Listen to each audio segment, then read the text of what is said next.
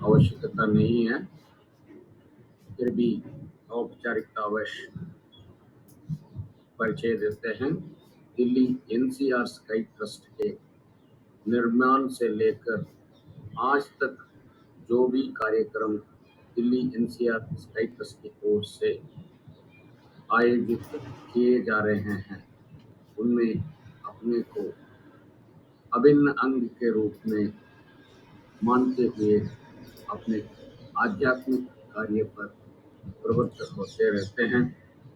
हमारे नरेश बाबूजी मुंबई में स्थानांतरित होने के बावजूद भी यहाँ वहाँ से दिल्ली एनसीआर स्काई ट्रस्ट के कार्यक्रमों को आयोजित करते आ रहे हैं।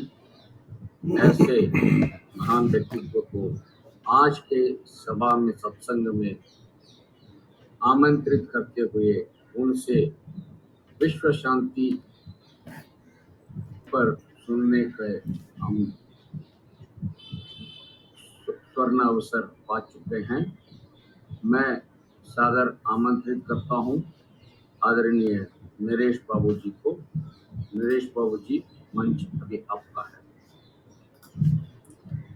जी समृद्ध, बहुत बहुत धन्यवाद कनन जी। जिए संसार, जिए संसार, जिए समृद्ध। आज हम बहुत ही महत्वपूर्ण शीर्षक के रूप में कुछ सुविचार चिंतन करने वाले हैं। शीर्षक है विश्व शांति। हमें लगता होगा कि यार हम तो क्या है, सुबह उठते हैं, शाम तक इतना काम करना पड़ता है, तभी कमाई होती है, तभी हमारी पूरी ज़रूरतों को हम मिक्स कर सकते हैं। इधर बैठ के रोज के कामकाज में ही इतना समय चला जाता है, इतना तकलीफें आती हैं, वो समस्याओं को ठीक करते करते ही दिन बीत जाती है। सिर्फ दिन बीतता है नहीं, महीने बीतते हैं, साल बीतते हैं, चलते आ रहा है यही काम। हम कहाँ बैठकर विश्व शांति के बारे में क्या हम कर सकते हैं एक अलग व्यक्ति के रूप में? ये सवाल तो सबको आता ही है ना। आप एक उदाहरण देखिए। पिछले साल अभी रशिया और यूक्रेन का जो वार चल रहा है, वो ऐसा न्यूज़ के रूप में, एक्सपेक्टेड न्यूज़ के रूप में चल रहा था। तो मैं और मेरा दोस्त एक बैठ के बात कर रहे थे, अब यार इधर तो रशिया और अभी कोविड में इतनी तकलीफें हुई हैं, अब थोड़ा थोड़ा थोड़ा विश्व सेटल हो रहा है, इस समय पे आकर ये यूक्रेन रशिया स्टार्ट हो जाएगी तो क्या तकलीफ होगा। तो जवाब यही था, देखो हमें यूक्रेन से क्या मतलब है या हमें रशिया से क्या मतलब है। इधर से है वो 10,000 किलोमीटर की दूर, उधर से जो भी करे हमें कुछ असर नहीं पड़ने वाला है। चलो कुछ युद्ध होगा तो दोनों साइड तो कुछ कुछ नष्ट होगा, पर इससे बड़ा हमें क्या कर चीज़ें हो सकती हैं। अब चलो अपना भारत ये कोरोना से बाहर निकल जाएगी, इकॉनमी वापस आ जाएगी, तो वो हमारे लिए काफ़ी है। बिल्कुल उन्होंने उसने जो बोला था वो सही है, पर जब ये बातें और स्ट्रांग हुई, रशियन वार सोल्जर्स यूक्रेन के बॉर्डर पे पहुंच गए, तभी से तकलीफें किसको हुई? सिर्फ रशिया और यूक्रेन को हुआ क्या? पूरे विश्व को हुआ। क्यों? आपका जो तेल प्राइसेस हैं, क्रूड ऑयल प्राइसेस, कहाँ से कहाँ तक पहुंच गया। $60 से पर बैरल का भाव आज $120 तक पहुंच गया, और 120 से अब 100 के बीच में चल रही है। क्यों चल रही है? अब वार खत्म होने की स्थिति में है करके। अगर वार ये बोलते हैं झगड़ा ठंडा, ये मौसम आपका विंटर के मौसम पे भी चलेगा, तो वापस ये $150 पहुंच जाएगा। तो हम सोच सकते हैं कि एक बार ये तेल की भाव इतना बढ़ा होने से कितना नुकसान पूरे विश्व में होता है। भारत में देख लीजिएगा, महंगाई बढ़ गया। क्यों? आपका पेट्रोल, डीजल, गैस, सब की भाव बढ़ गया। सिर्फ वो बढ़ने से सिर्फ हम पेट्रोल गाड़ी में थोड़ी चलाते हैं, या गैस सिर्फ कुकिंग के समय थोड़ी चलाते हैं। सब कुछ बढ़ता है। क्यों? एक सामान को दूसरे सामान को पहुंचाने के लिए आपको लारियों या टेम्पो, ट्रक्स इनकी यूज़ करनी होती है, और उनका बड़ा खर्चा जो है वो तेल से होता है। तो इस वजह से सभी खर्चाई महंगाई बढ़ गई।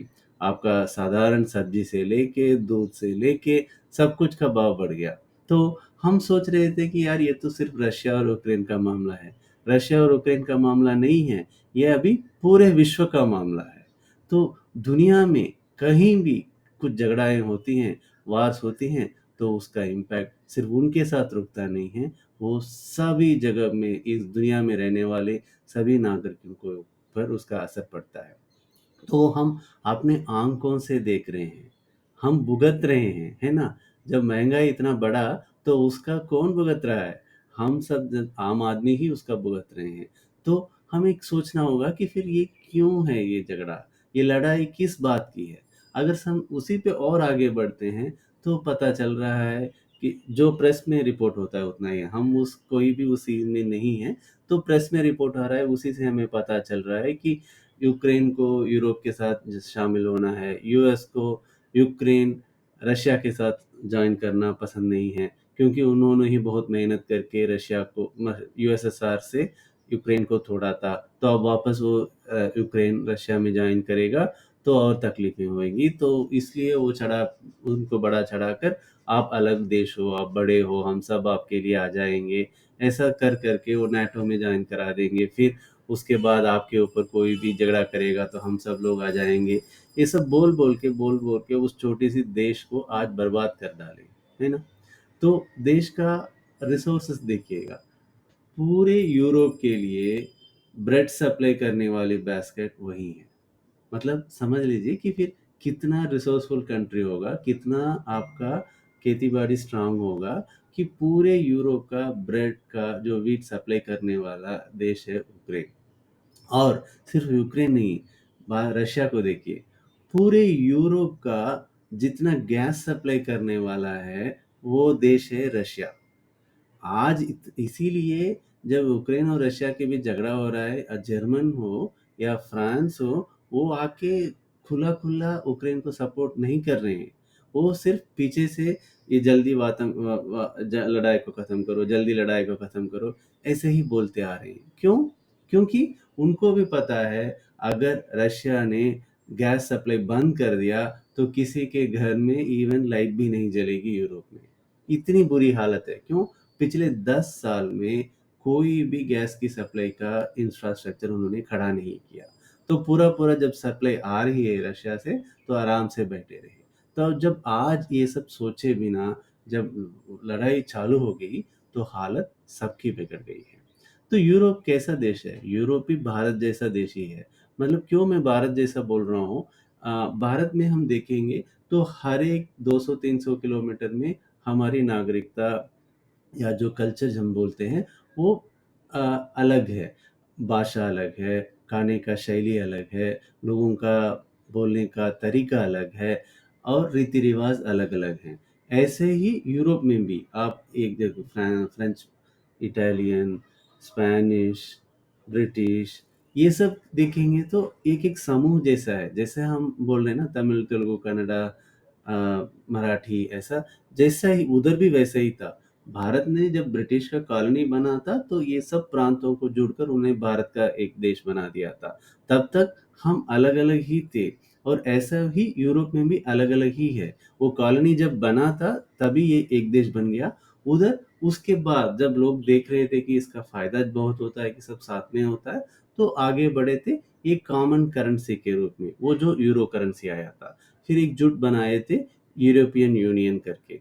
तो हर एक का सॉवरेनिटी अलग था, देश अलग था, रूल्स अलग था, भाषा अलग था, लॉ एंड ऑर्डर सब अलग-अलग था। फिर भी क्या करते हैं, हर एक जगह आदमी यही समझता है कि हाँ, हम अलग-अलग रहने से तकलीफ़ें ज़्यादा हैं, अगर हम एकजुट होकर साथ में आगे बढ़ेंगे, तो वो सबके लिए फ़ायदा है। तो उसी मकसद में आगे बढ़ते हैं।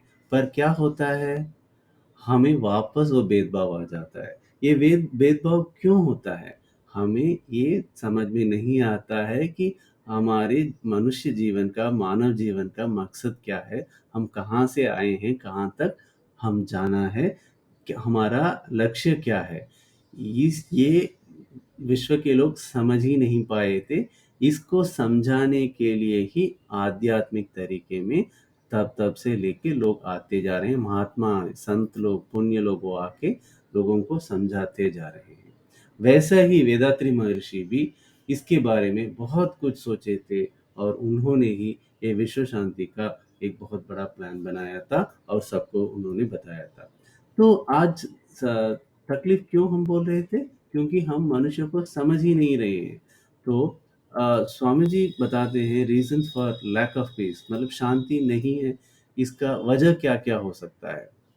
तो अगर आप उसमें देखेंगे तो पहले चीज़ बोलते हैं हमारी अज्ञानता।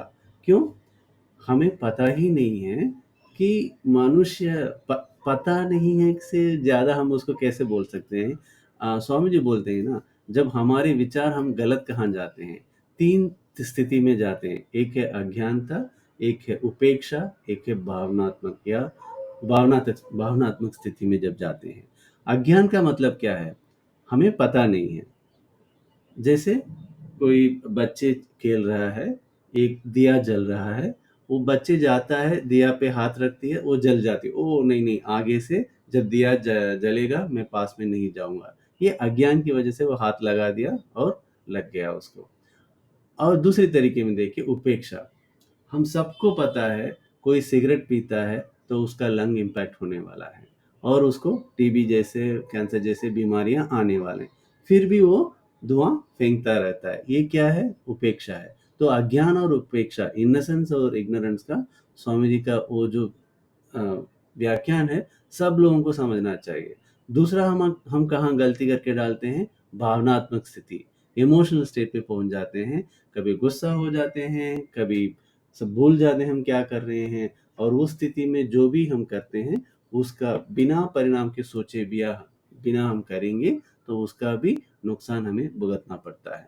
तो पहला दिक्कत क्या है? हम इग्नोर कर रहे हैं, हम उपेक्षा कर रहे हैं कि हम मनुष्य का जीवन का मतलब क्या है। दूसरा क्या है? Stagnation in consciousness. बेसिकली अब क्या है, मनुष्य का ज्ञान कहाँ से कहाँ तक बढ़ रहा है। देखिए पहले क्या था, आदमी जब भी जैसे डार्विन की थ्योरी ले लीजिए या वेदात्री महर्षि का परिणाम थ्योरी ले लीजिए, एवोल्यूशन थ्योरी, कैसे पैदा हुए थे? पहले पूरा विश्व पैदा हुआ था पंचभूतों की मिलावट से, फिर उसके बाद एक सेंसरी, एक ज्ञानी जीव जंतु आए थे, फिर उधर से दूसरा तीसरा ऐसा सेंसस हमारा बढ़ते गया। पहले फिर आखिर में मनुष्य जो सिक्स सेंसस में हमारी पैदा हुई थी, तो पैदा हुआ तो हम क्या कर रहे थे, उस हर एक स्थिति पहले आया था मानो जो तरकारियां जो भी आपकी पेड़ में पत्ते हैं या फल हैं, सबको खा के बड़ा हो रहा था। फिर जब उसने क्या किया, खेती बाड़ी सीखा। अच्छा सीखा मतलब कहाँ से सीखा? उसने खाया, बीज को फेंका। जब थूकने से वो देखा जो गुफा के अंदर गिरा था, उससे तो बीज से तो पेड़ नहीं आती है, पर वही मैं बाहर किसी पानी जहाँ जा रही है नदी के पास में मैं फेंकता हूँ, थूकता हूँ, तो उधर से पेड़ निकल के आती है। अच्छा तो पानी चाहिए, सूरज चाहिए, ऐसा एक-एक चीज़ उसने समझ लिया। फिर उसके बाद क्या किया, चलो मुझे क्या पसंद आई, उसी को मैं पैदा करूँ, उसी को मैं खाऊँ, ऐसा करके वो धीरे-धीरे चीज़ें सीखता गया, है ना? तो मनुष्य की जो ज्ञान है, पहला अपनी जो ज़रूरतें हैं, अपनी जो नीड्स है, उसको भरने के लिए ही उसको भरने में ही पूरा निकल गया था। फिर जब ये सब उसका कोई कमी नहीं था, सब वो सीख लिया, फिर धीरे-धीरे कैसे आचरण बनाएँ, कैसे सब लोग सुखी जिएँ। तो फिर उसके लिए एक अच्छा स्ट्रक्चर डाल दिए कि हाँ, ऐसा सोशल स्ट्रक्चर होगा, ऐसा परिवार की स्ट्रक्चर होगी, हम सबको ऐसा एक कॉमन रूल्स को मानना पड़ेगा ताकि और एक आदमी का दूसरे आदमी को तकलीफ ना हो। आज जो भी हम देख रहे हैं लॉ के रूप में, विधि के रूप में, कानून के रूप में, ये सब उसी का एक दूसरा तरीके में वो आया हुआ चीज़ है और कुछ नहीं है। जैसा उसका हम सिंपल से देख सकते हैं। आज हम किसी रोड पे गाड़ी चला के जा रहे हैं, एक ट्रैफिक सिग्नल है, तो क्या होता है, सब लोग खड़े हो जाते हैं, एक-एक का सिग्नल खुलता है, तो हम जाते हैं। अगर समझ लीजिए किसी एक दिन एक बड़ी चौराहे पे या एक बड़ी सर्कल पे ट्रैफिक लाइट नहीं चला, क्या होता है? जो भी आता है पहले उसको जाना है, वो घुस जाता है और पूरा ट्रैफिक जाम हो जाता है, फिर हम कहीं नहीं जा पाएँ। तो ये कानून विधि हमने क्यों बनाया था? इसलिए बनाया था कि किसी को उसकी वजह से तकलीफ नहीं रहे और लोग उसका पूरा फायदा उठाएं।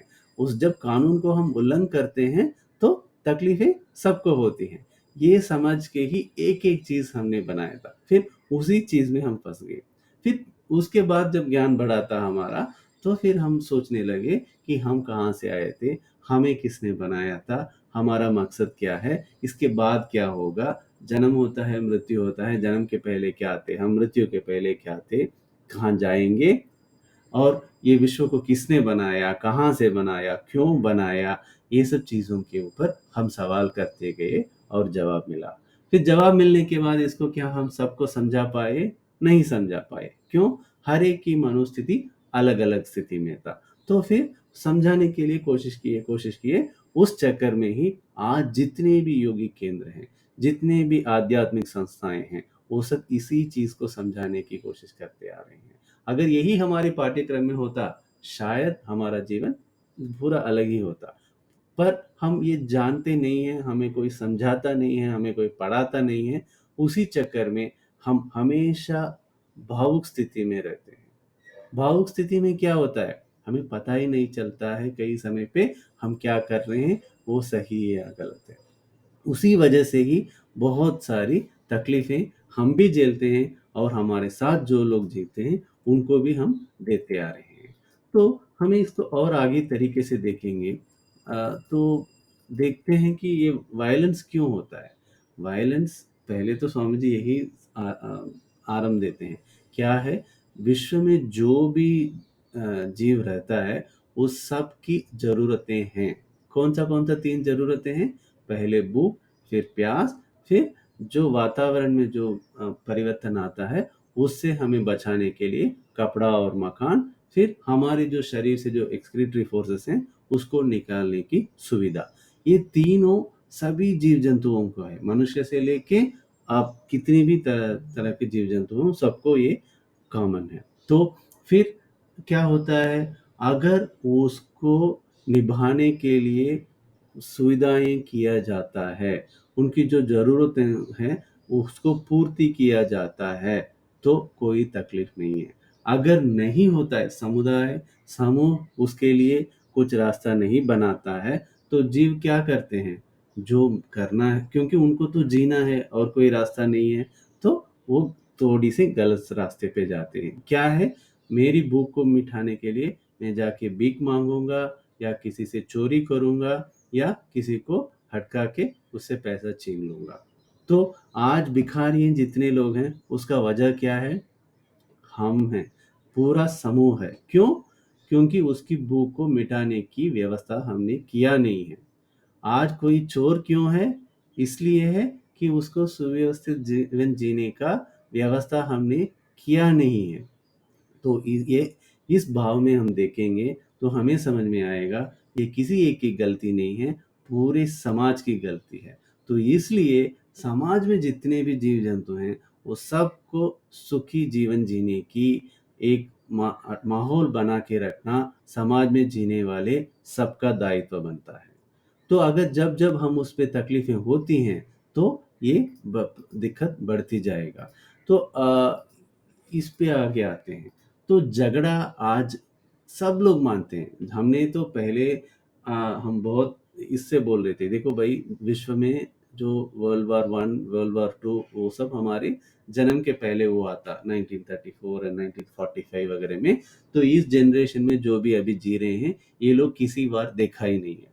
हाँ, विश्व वार देखा नहीं है, बट छोटी-छोटी जो कॉन्फ्लिक्ट्स हैं, वो तो देखते आए हैं। इंडिया पाकिस्तान हो या बांग्लादेश हो या श्रीलंका में जो कॉन्फ्लिक्ट हो रहा था, ये सब हम देखते आ रहे हैं। पर विश्व वार जैसा हुआ नहीं है। तो ये लोग कुछ साइंटिस्ट कुछ ये हिस्टोरियंस तो ये भी क्लेम कर रहे थे कि यही एक लंबा पीरियड है जिसमें वार हुआ ही नहीं है। अभी जो विश्व जी रहा है, यही एक बहुत विश्व में बहुत सदियों के बाद एक काम स्थिति अभी है करके।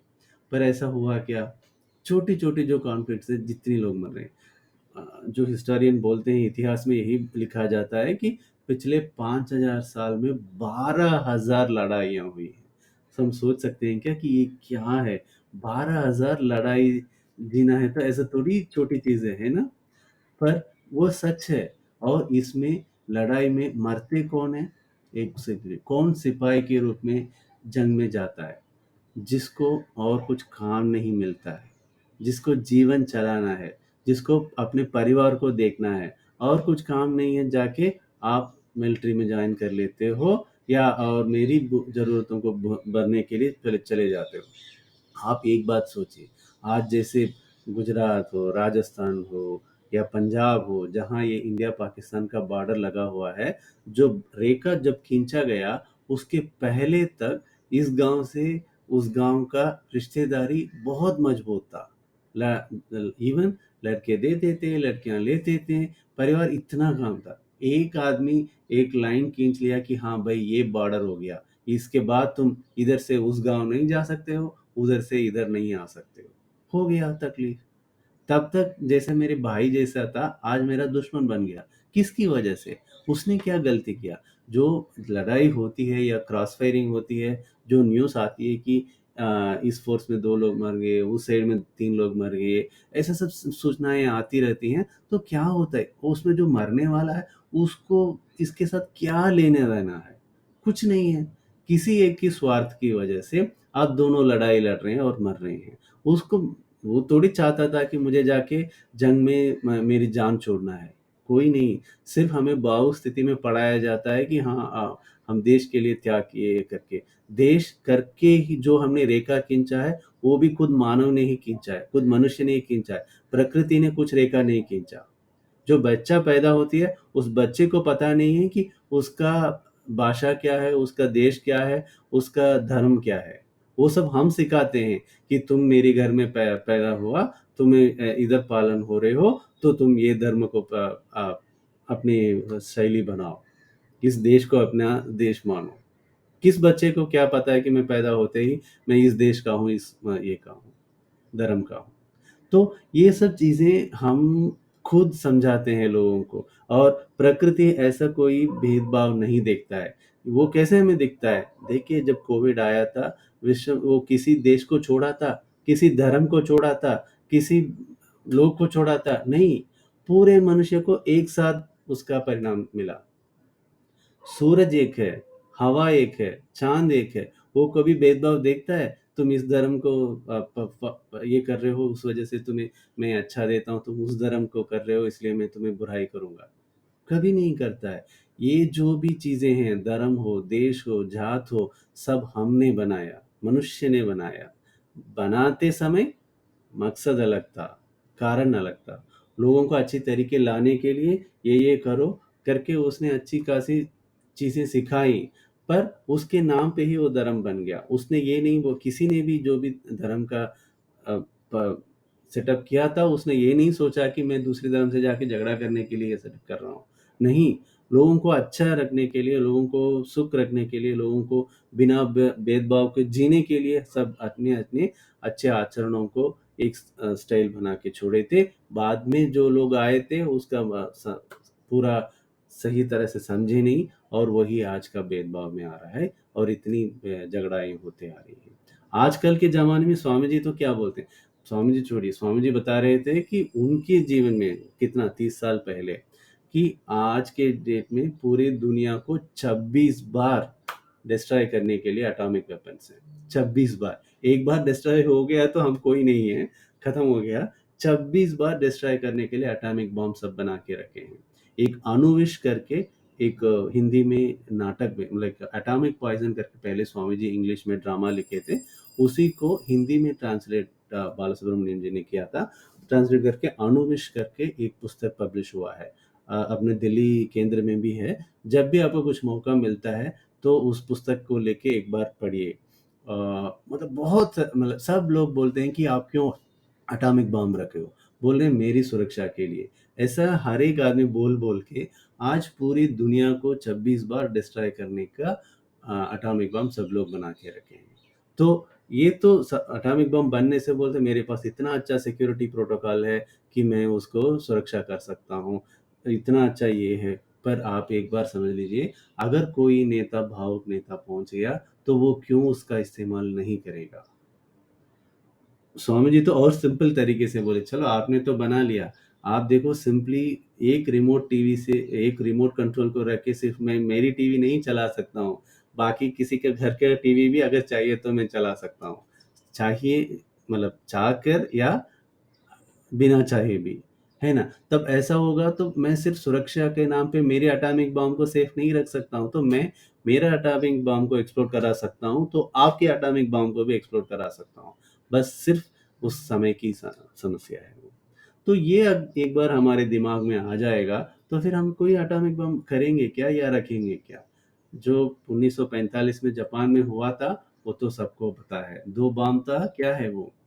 लिटिल बॉय और फैट मैन, और उसका परिणाम अभी भी भुगत रहे हैं। आइंस्टीन तो जो जर्मन थे, वो हिटलर से बच के यूएस चले गए थे कि एटॉमिक बम, ये जो साइंस, ये जो सीक्रेट्स हैं, ये हिटलर के हाथ में नहीं आना चाहिए करके। फिर यूएस ने क्या किया, उन्हीं को रखकर एटम बम उधर रेडी कर लिया था। फिर जब एक बार आइंस्टीन को पूछा गया तो उन्होंने वही बोला था, वो पूछ रहे थे कि थर्ड वर्ल्ड वॉर कैसे होगा, थर्ड विश्व युद्ध। तो आइंस्टीन ने बोला, वो मुझे पता नहीं है भैया थर्ड वर्ल्ड वॉर कैसे होगा, उस जर्नलिस्ट को रिपोर्ट कर रहे थे, पर फोर्थ वर्ल्ड वॉर कैसा होगा मुझे पता है। उन्होंने बोला, ये क्या है फोर्थ वर्ल्ड वॉर? हाँ, फोर्थ वर्ल्ड वॉर पत्थरों से होगा। क्यों? क्योंकि थर्ड वर्ल्ड वॉर करके एक होएगा तो पूरा विश्व मिट जाएगा, वापस पूरी सृष्टि होगी, वापस जब आदमी होगा वो तो सिर्फ नोमैड्स होगा, वो पत्थर से झगड़ा कर रहा होगा। ये सच है, ये आइंस्टीन का स्टेटमेंट है, प्रेस स्टेटमेंट है, जब रिपोर्टर्स पूछ रहे थे। तो इस स्थिति में हमें क्या चाहिए? विश्व के लिए शांति चाहिए, या हमें और झगड़ा करना है, या हम अपनी सुपीरियरिटी को दिखाना है? कोई किसी की सुपीरियरिटी की नहीं है, हमें समझना चाहिए, बस ये सब खत्म हो जाएगा। नो न्यूक्लियर वेपन्स, उस स्थिति में आना चाहिए। इवन प्रधानमंत्री मनमोहन सिंह ने भी एक बार यही बोला था कि ये जो एटॉमिक वेपन्स हैं वो टेररिस्ट के हाथ में पहुंचने की एक डेंजरस सिचुएशन में है करके। ये तो हम सब जानते ही हैं, पर हमें क्या करना है? स्वामी जी ने सिर्फ वार्स का पेरिल दे के नहीं छोड़ा था, उन्होंने उसके बाद अपना प्लान बनाए थे कि विश्व शांति के लिए हमें क्या करना है। तो विश्व शांति के लिए क्या करना है, पहली बार उन्होंने एक सच्ची तरह से उसको 4 स्कीम बना रहे थे कि इससे होना है। पर हाँ, एक बात ज़रूरी है, ये जो भी प्लान्स है ना, तभी लोग समझ सकेंगे, तभी इम्प्लीमेंट कर सकेंगे, जब वो ध्यान सीखेंगे, वो ध्यान करेंगे। क्यों? तभी आपको मेंटल फ्रीक्वेंसी जो है वो रिड्यूस होगा, तभी हम ये चीज़ों को समझ सकते हैं। अदरवाइज़ जब हम भावुक स्थिति में हमेशा रहेंगे, तो हमें ये सब सोचने का मन भी नहीं तैयार होगा। तो वो पहला बैकग्राउंड है। उसके बाद स्वामी जी को जो प्लान है, उसमें ये पहले बोल रहे थे कि जो भी अ ओके, मैं ऐसा था, वो 4 बड़े स्कीम्स हैं, उसको आज हम डिस्कशन के लिए लेते हैं। फिर आगे वाले हफ्तों में मैं यही आग्रह करूँगा, हर एक प्राध्यापक ये जो 14 प्लान जो वेदात्रियम के नाम पर स्वामी जी ने डिज़ाइन किया है, एक-एक स्कीम को कोई एक-एक हफ्ते लेके समझाएँ, और उसके बारे में हम सुविचार करेंगे, तो बहुत ही अच्छा लगेगा। तो पहला एक था, संक्षिप्त रूप में अगर हम आज देखेंगे तो 4 बड़ी स्कीम बोला जाता है। एक है ओर उलह பொதுவாட்சி, मतलब पूरे विश्व के लिए एक ही शासन है। तो आप कानून एक है, नियत एक है, और सब पूरी दुनिया के लिए कानून एक बन जाएगा, तो that should be the starting point. वही स्वामी जी बताते हैं, वन वर्ल्ड गवर्नमेंट। तो देखने के लिए कितना इतना लगेगा, राइट? और अगर आपको अगर समय है तो वर्ल्ड पीस करके स्वामी जी का एक अच्छा पुस्तक है। 200 कवियों को स्वामी जी उसमें लिखा है। वो 200 कविताओं के साथ उसका व्याख्यान भी, पहले कविताएं तमिल में होगा, उसके बाद उसका स्वामी जी का व्याख्यान होगा तमिल में, उसके बाद स्वामी जी का ही अंग्रेजी का ट्रांसलेशन भी होगा। इट्स नॉट अ ट्रांसलेशन, क्योंकि ट्रांसलेशन मतलब लाइन बाय लाइन उसका सेम मीनिंग लिखते हैं, पर कुछ कवियों में स्वामी जी अंग्रेजी में बहुत बड़ा, मतलब तमिल में शायद 1 पेज का होगा या आधा पेज का होगा, उसका 3 पेज इंग्लिश में होगा। कभी किसी-किसी कविताओं का तमिल में 1-2 पेज का होगा, अंग्रेजी में सिर्फ़ 4 लाइन पे छोड़ दिए होंगे। तो ऐसा स्वामी जी खुद ही वो दोनों भाषाओं में, तमिल और अंग्रेजी में, ये विश्व शांति के तत्व के बारे में, कि उसका आयोजन कैसे करना चाहिए, उसका वजह क्या है, आज दुनिया में क्या-क्या तकलीफ हो रहा है, ये सब भी लिखा है। जब भी अगर आपको मौका मिलता है, तो विश्व शांति, वर्ल्ड पीस नामक उस पुस्तक को ज़रूर पढ़िएगा। और स्वामी जी की इंग्लिश तो बहुत ही सिंपल और काफ़ी ईज़ी तरीके में, हमें पढ़ते ही हमें समझ में आएगा, अच्छा ऐसा, ऐसा, ऐसा, ऐसा। फिर एक बार आप पढ़ना चालू करोगे, तो उसको नीचे रखने का मन भी नहीं रहेगा। उतना रुचिपूर्वक उन्होंने एक-एक चीज़ को एनालाइज़ किया होगा और लिखा होगा। तो वन वर्ल्ड गवर्नमेंट एक बहुत बड़ा प्लान है, और दूसरा एक इम्पोर्टेंट प्लान है बच्चों को कॉमन तरीके में पालन करना। तो ये, हाँ, जब भी पहला ये स्कीम के बारे में स्वामी जी सबको बोल रहे थे, तभी इसका काफ़ी रिसेंटमेंट आ रहा था। ये क्यों हो रहा है? तो क्यों ऐसा रिसेंट हो रहा है? तो इसलिए है कि लोग बोलते हैं कि अरे बच्चे तो मेरे हैं, मैं कैसे उनको छोड़ दूँ, कहीं दे दूँ, ताकि वो लोग उसको बड़ा करेंगे।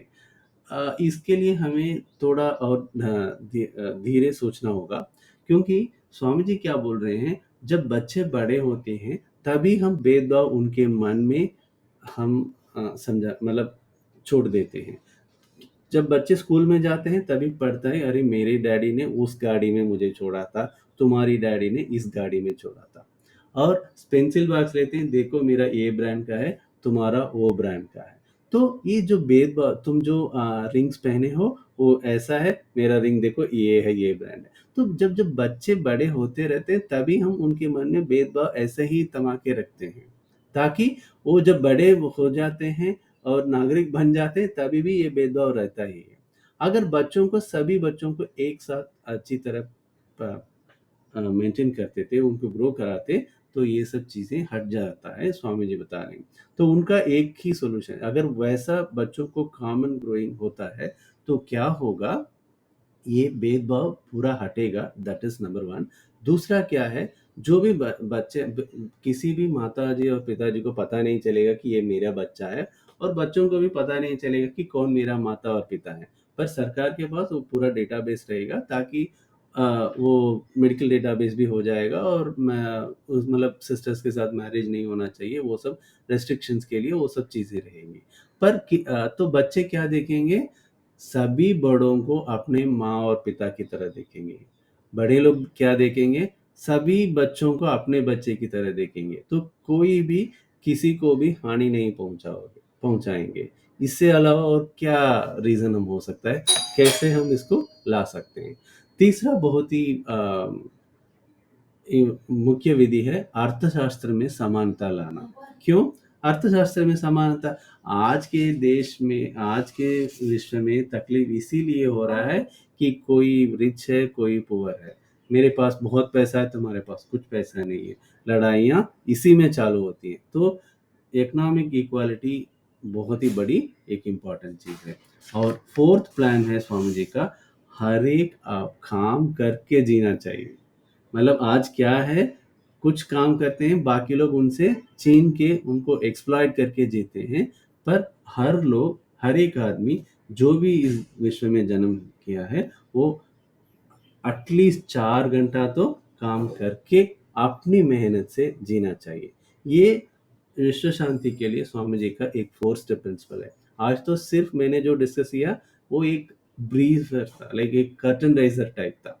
एक्चुअली आपको स्वामी जी के विश्व समुदाय के प्लान्स को पढ़ना है, तो वर्ल्ड पीस का पुस्तक पढ़िए। अगर एटॉमिक पॉइजन की जो स्वामी जी की तत्व समझना है, तो अनुविश नामक जो पुस्तक छपा है, उसको पढ़िए। मैं ये भी आग्रह करूँगा कि जो हमारे बहुत अच्छे प्राध्यापक हैं, ये सत्संग में हर एक हफ्ते आते हैं और विचार देते रहते हैं, उनको भी मैं ये आग्रह करूँगा कि स्वामी जी की जो 14 वेदात्रीय तत्व हैं, एक-एक हफ्ते करके हम क्यों ना कोशिश करें, और उसको हिंदी में लोगों को पहुँचाने में कुछ हम प्रयत्न करें। अगर हम प्रयत्न चालू कर देंगे, तो बाकी तो क्या है, दैविक शक्ति और महर्षि की कृपा हमें उस स्थिति में आराम से खुशी-खुशी से लेके जाएगा। है ना? ये मैं आप सबसे आग्रह करते हुए आज का सुविचार का इधर संपन्न करता हूँ। आप सबको वापस एक बार धन्यवाद और शुभकामनाएँ। जिए समृद्ध, வாழ்க வளமுடன்। जिए संसार, जिए संसार, जिए समृद्ध। बहुत बहुत